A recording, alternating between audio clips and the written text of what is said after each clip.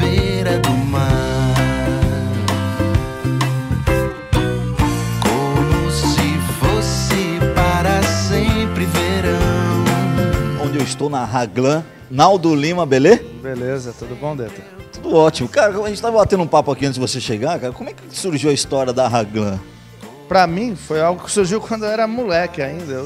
Quando você tem que escolher profissão, e eu gostava de pegar onda desde moleque.